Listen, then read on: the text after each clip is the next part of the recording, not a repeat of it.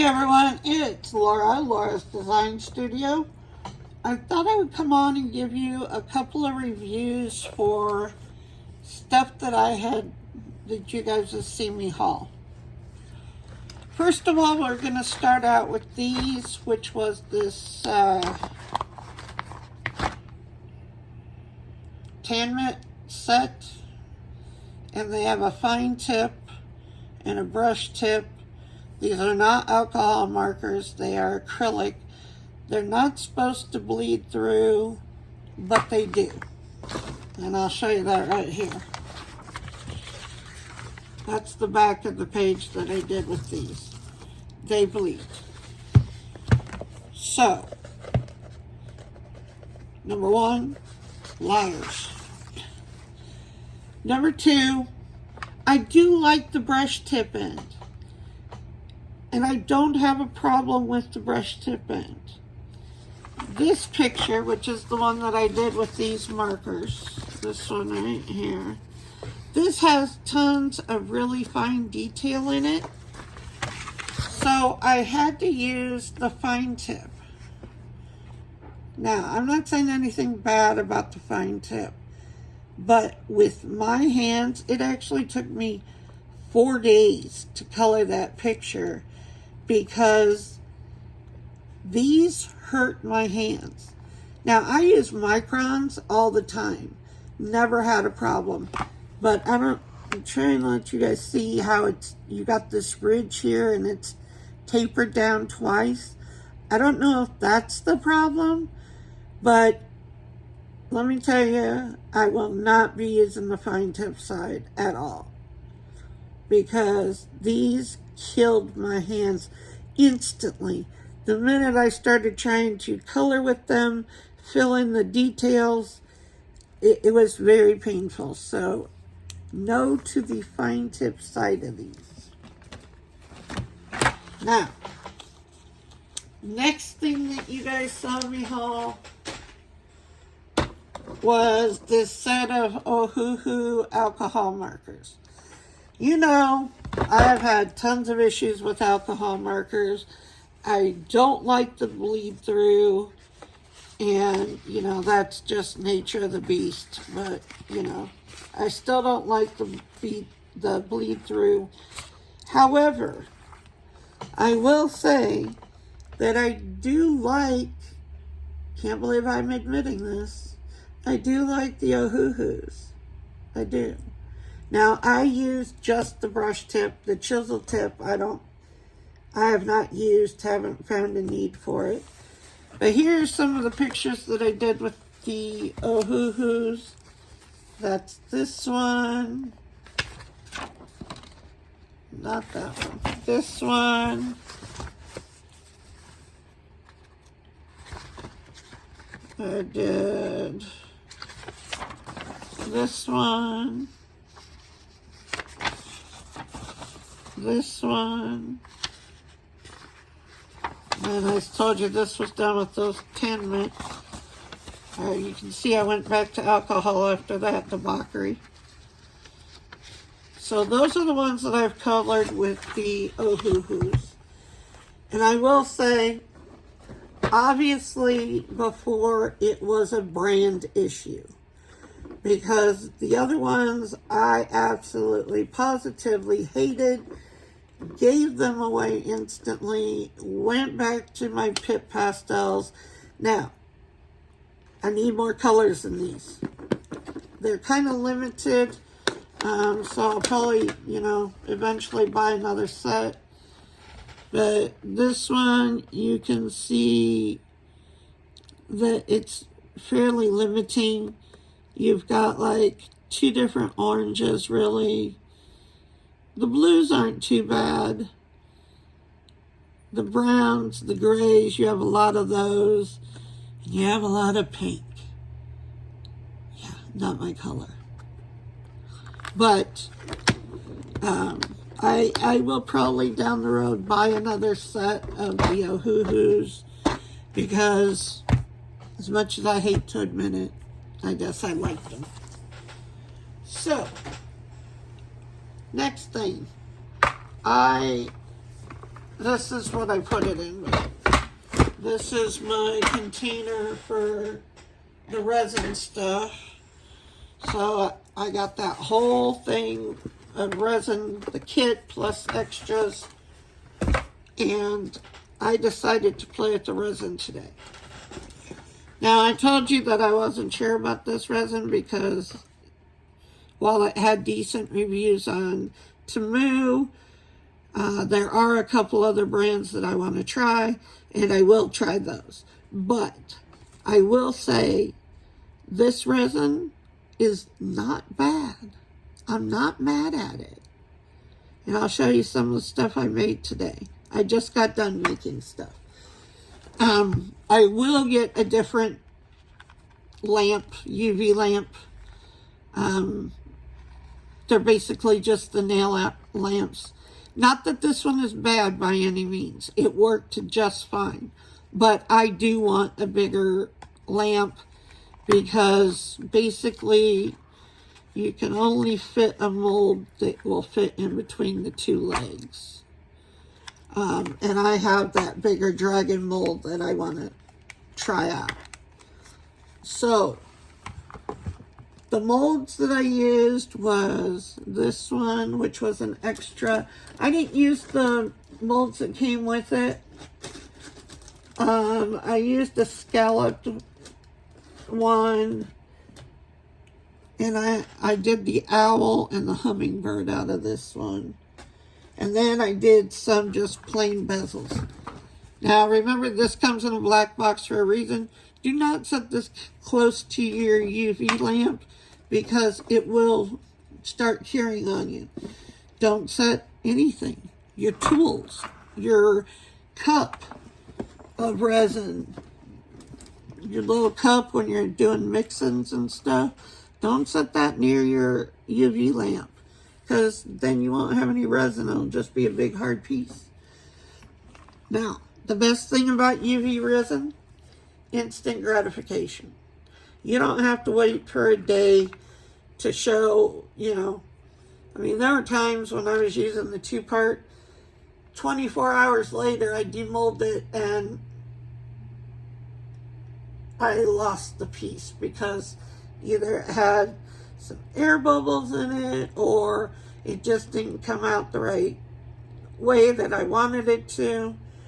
So with UV, you instantly know if you've screwed up or not. These all came out pretty good today. So this is one of those, it's open on the front, like necklace. It has the bail on it so you could use it for anything. Now, all I had right now was glitter and dried flowers, which, like the dried flowers, hate glitter, but I used it as a mix-in. So there's that piece that I did. I also did this open bail piece, meaning it doesn't have a back on the other side. They're both open. And the way you do that is, here it is. This is resin tape. And what you do is you put your open piece down on the sticky part when you undo.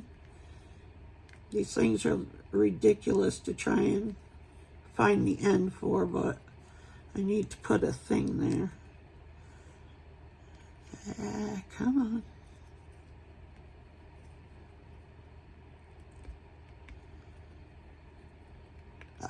I think I found it. Yes, there it is. So it's a clear tape. It's kind of got this bluish greenish tint to it. And then you place your open veil, like you would place this down on top of here. Make sure it sticks down good. You know, cut that off of your roll. And then that is, put your resin in it, and then it's an open veil, or an open piece. So, open bezel. So I did do that one right there. I was going to turn on the camera and do this for you guys and let you watch, but I need a longer plug on this one. So I need to get another, because I have a surge protector that's over here in the corner that this house, because it's so old, it does not have a lot of outlets in it. So I have one outlet on this huge wall, and it's over behind where my camera is. It's back in the corner back there. And so I need to stick another surge protector in that one so that I can have a longer cord. But here is the little owl. He has his, all of these have the whole part done for you. But there's the little owl. This one I threw some dried flowers in there. So this is a bigger, deeper piece, and it did fine. It really did, and I was kind of impressed because I figured it would never cure, but that's the back side. That is technically the front, although it's clear resin, you could use either, doesn't matter. Here is the little hummingbird.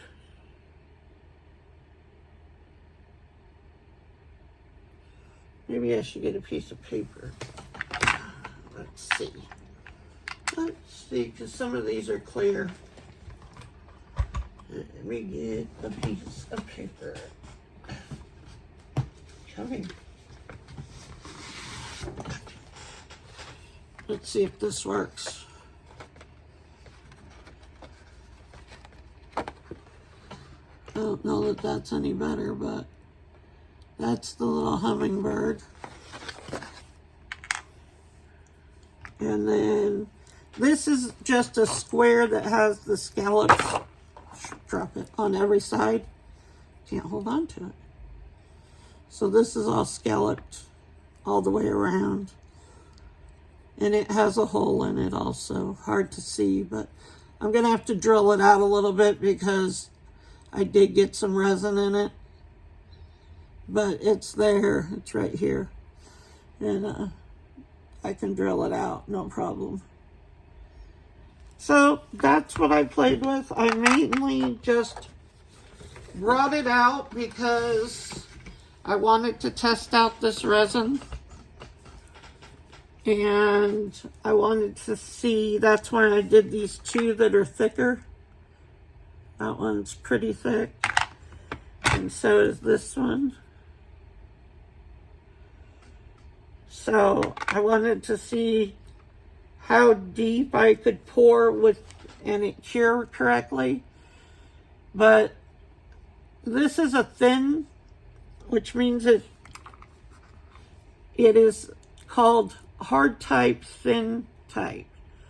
So you can see it did this really thin hummingbird without a problem. And it is hard. I mean, that is hard. And there was no tackiness on it, which I've had with UV resin the one time that I did try it. It says it's odorless. True. No odor whatsoever. Fast curing. Yes, it did cure pretty fast because the lamp that they send you doesn't have a timer or anything on it. So you kind of just guess, and it was cured a lot quicker than I thought it would be.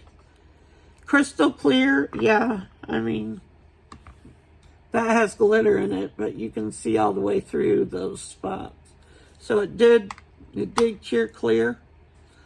Bubble free and yellow resistant. Don't know about yellow because they haven't been made for long, but I will tell you I did not have bubble. I did not have a problem with air bubbles in these. And that was even, usually when you put dried flowers into something, you get air bubbles underneath. I had none of that. So kudos on that one. Shrink resistant, yeah. When I popped them out of the mold, they weren't, shrunk to a smaller size or anything. So that's good. And see, Says in sunlight it could take 5 to 10 minutes. Cloudy day, 20 to 40, because you could put it outside. And under a UV lamp, they're saying 2 to 4 minutes. It didn't even take that long for some of them. Now, the thicker ones, yeah, it probably took, you know, I wasn't really paying attention to time, but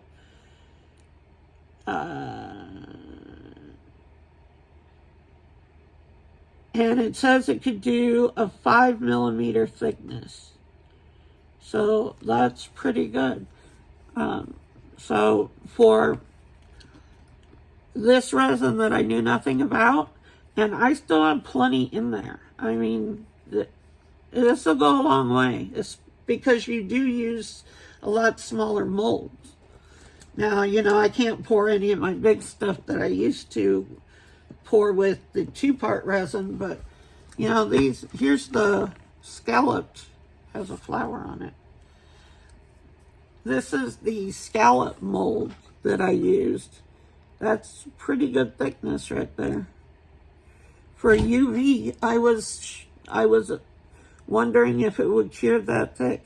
So next time, I think I am going to go ahead and try the dragon mold, because this is this might be even thinner than that mold, the scalloped one.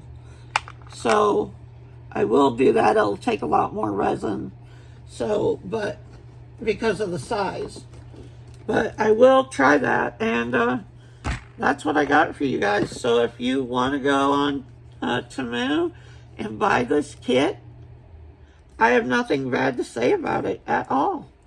I will try 2 other UV resins that I want to try. One is J. Diction, and the other one is Counterculture. Because at one point I was using Counterculture's 2-part resin, and I really like them. But we'll see. So there you go, guys. Markers and resin review. And I will talk to you in the next video. Bye.